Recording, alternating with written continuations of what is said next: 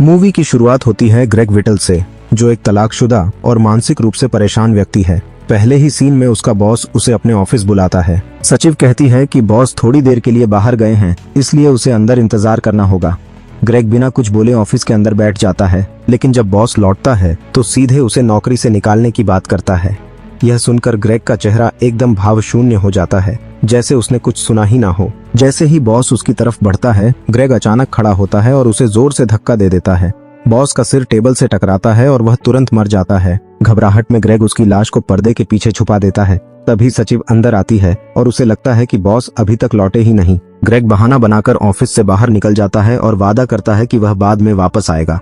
Office के बाहर वो एक बार में जाकर बैठ जाता है, जहां वो अपनी बेचैनी को शांत करने की कोशिश करता है। वहीं उसे एक रहस्यमयी महिला मिलती है, जिसका नाम है इसाबेल।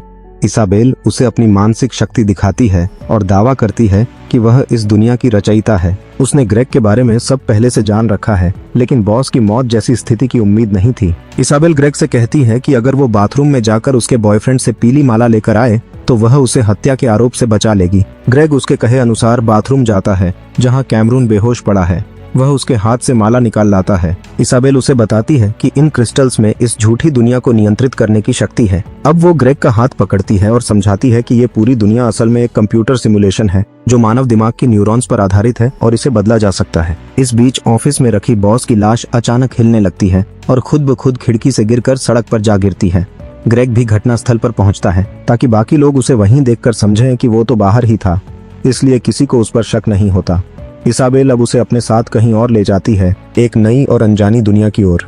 ग्रेग को उस वक्त की फुटेज में ऑफिस के बाहर देखा गया, जिससे वह हत्या के शक से बच जाता है। वह दोबारा ऑफिस लौटता है ताकि अपने जरूरी कागजात और पर्स को ले सके, लेकिन इसाबेल उसे ऐसा न करने की सलाह देती है। वो कहती है कि अब उस जिंदगी से जुड़ी हर चीज को भूल जाना ही बेहतर होगा। साथ ही वह ग्रेग से कहती है कि अपना मोबाइल एक सस्ती दुकान पर बेच दे। टीवी न्यूज में यह दिखाया जा रहा था कि पुलिस इस केस की हत्या के एंगल से जांच कर रही है। इस बीच इसाबेल उसे अपने साथ एक पुल के नीचे बसे इलाके डेंट सिटी में रहने के लिए बुलाती है, जहां ना बिजली की परेशानी है, ना ही कोई शोर। वहीं ग्रेग को टीवी के जरिए यह जानकारी मिलती है कि बॉस की मौत को अब एक दुर्घटना बताया जा रहा है, जिससे वह पूरी तरह राहत की सांस लेता है। हालांकि अब उसके पास कहीं भी जाने की जगह नहीं बची थी, क्योंकि वह होटल में रह रहा था और उसकी चाबी, आईडी कार्ड सब ऑफिस में ही छूट गए थे। ऐसे में इसाबेल उसे अपने पास रुकने का न्योता देती है। वह उसे सिखाती है कि कैसे इन क्रिस्टल्स की मदद से मानसिक ताकत से इस दुनिया को बदला जा सकता है। ग्रेग को यह सब बहुत रोमांचक लगने लगता है। फिर वह उसे एक पेंटिंग दिखाता है जो उसने सालों पहले बनाई थी। हैरानी की बात यह थी कि उस पेंटिंग में जो महिला थी वह हूबहू इसाबेल जैसी दिखती थी। इसाबेल बताती है कि असली दुनिया में वे दोनों एक कपल थे, लेकिन ग्रेग अब वह सब भूल चुका है। इसी दौरान ग्रेग की बेटी एमिली अपने भाई आर्थर से मदद मांगती है। वह अपने पिता को ढूंढना चाहती है, लेकिन आर्थर अपने काम में इतना व्यस्त रहता है कि हमेशा परिवार से दूर और उदासीन रहा है। उधर ग्रेग और इसाबेल स्केटिंग रिंक पर जाते हैं। पीले क्रिस्टल लेने के बाद दोनों बेहद खुश हो जाते हैं। इसाबेल का मानना था कि उनके आसपास जो लोग हैं वे असली नहीं हैं। वह ग्रेग से कहती है कि इसका टेस्ट करने के लिए उन्हें लोगों को धक्का देना चाहिए। पहले तो ग्रेग हिचकिचाता है, लेकिन फिर मानसिक शक्ति का प्रयोग करके सभी लोगों को गिरा देता है। ये सब एक खेल जैसा बन गया था जो उन्हें खुशी दे रहा था। लेकिन जब यह मजा धीरे धीरे कम होने लगा तो वे वहां से निकलने लगे। तभी उन्हें पुलिस ने पकड़ लिया। पुलिस उन्हें थाने लेकर जाती है और उनसे लंबी पूछताछ की जाती है। पूछताछ से थक चुके ग्रेग और इसाबेल खुद ही वहां से चले जाने का फैसला करते हैं। दूसरी तरफ एमिली अपने पिता की तलाश में एक होटल तक पहुंचती है, लेकिन वहां भी उसे कुछ नहीं मिलता।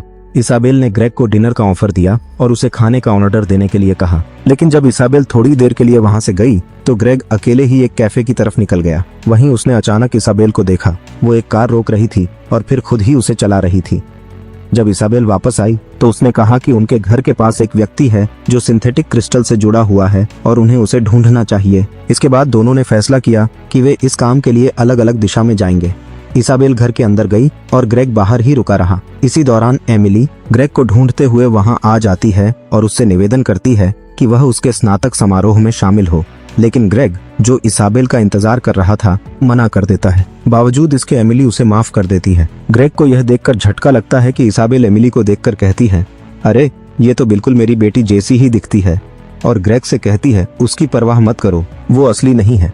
इसाबेल चाहती थी कि ग्रेग अपनी बेटी को भूल जाए। उसका कहना था कि वह केवल एक सिमुलेशन का हिस्सा है, कोई असली इंसान नहीं। इस बात पर दोनों में जोरदार बहस हो जाती है। झगड़े के बाद क्रोध में आकर ग्रेग ने पीले क्रिस्टल की मदद से अपनी मानसिक ताकत का इस्तेमाल किया और 5 कारों को पलट दिया। अगली सुबह जब ग्रेग ने टेंट में आंखें खोली तो इसाबेल वहाँ नहीं थी। वह उसे ढूंढने के लिए इधर उधर भागता है और तभी उसे एक जगह अपनी बेटी की तस्वीर और उसका फोन नंबर मिलता है।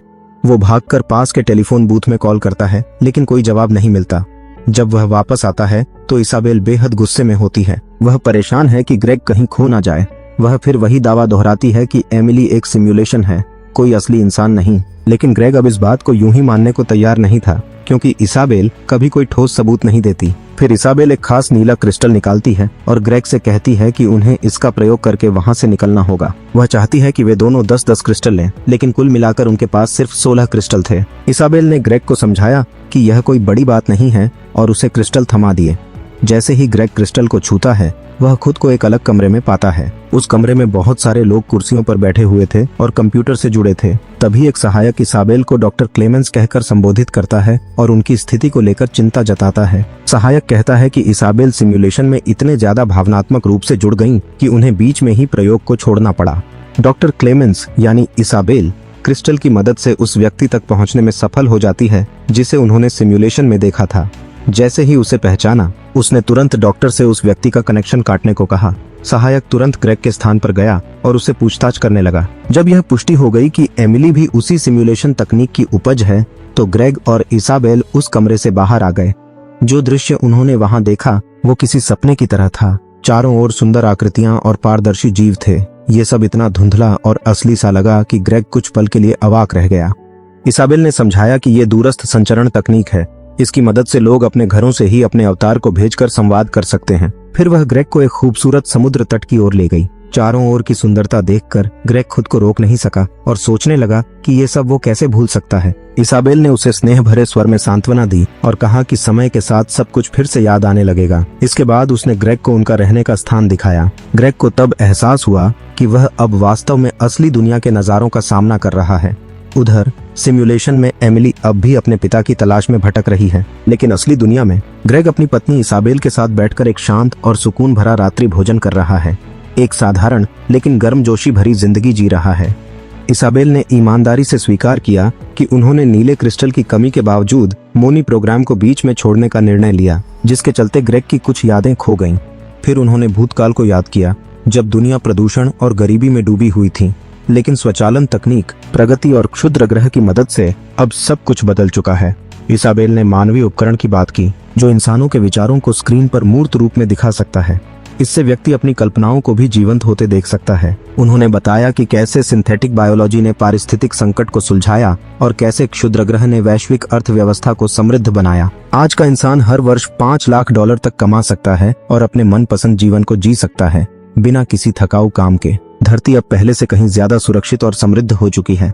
हालांकि इसाबेल ने यह भी कहा कि इस अत्यधिक सुंदर जीवन में कहीं हम खो न जाएं। इसलिए ग्रेग ने उस ब्रेन बॉक्स तकनीक को ठुकरा दिया, जो कठिनाइयों की नकली दुनिया दिखाकर लोगों को वास्तविक उपलब्धियों की अहमियत समझाने की कोशिश करती थी। ग्रेग ने अपनी पत्नी इसाबेल से एक विनती की कि वह उसे एक दिन और रोक ले, ताकि वह समुद्र में तैरने का आनंद ले सके और नौका पर शांति से समय बिता सके। रात का अंधेरा छा चुका था। उसी दौरान एक वैज्ञानिक जो इसाबेल के रिसर्च को लेकर चिंतित थे, ग्रेग के पास आए और उसे चेताया कि वह अपनी पत्नी के शोध गतिविधियों पर जरूर ध्यान दे। वह वैज्ञानिक का नाम क्रिस था। अगली सुबह इसाबेल ने ग्रेग से कहा कि उसे अपने शोध को पूरा करने के लिए एक बार फिर से मस्तिष्क बॉक्स में प्रवेश करना होगा, लेकिन ग्रेग इससे सहमत नहीं था। उसका मानना था कि जितना डेटा चाहिए था वह पहले ही मिल चुका है और अब उसे दोबारा सिमुलेशन में जाने की कोई जरूरत नहीं है। उसने एक वैकल्पिक सुझाव दिया, क्यों न इसाबेल का सार्वजनिक साक्षात्कार किया जाए, ताकि सभी को स्पष्ट रूप से सब कुछ समझ में आ सके। रात होते ही ब्रेन बॉक्स प्रदर्शन कार्यक्रम का आयोजन हुआ। मेजबान ने इसाबेल का परिचय दिया और बताया कि कैसे यह तकनीक कठोर दुनिया की परिस्थितियों को महसूस कराने के लिए बनाई गई है, ताकि लोग जिंदगी की सच्चाई को समझ सकें और उसका सही मूल्य जान सकें। प्रदर्शन के दौरान इसाबेल ने ग्रेग को मंच पर बुलाया और उसकी मस्तिष्क बॉक्स में जाने से पहले और बाद की मानसिक स्थिति को सभी के सामने रखा। कैसे वह निराशा से आशावाद की ओर बढ़ा और जीवन में संतोष महसूस करने लगा।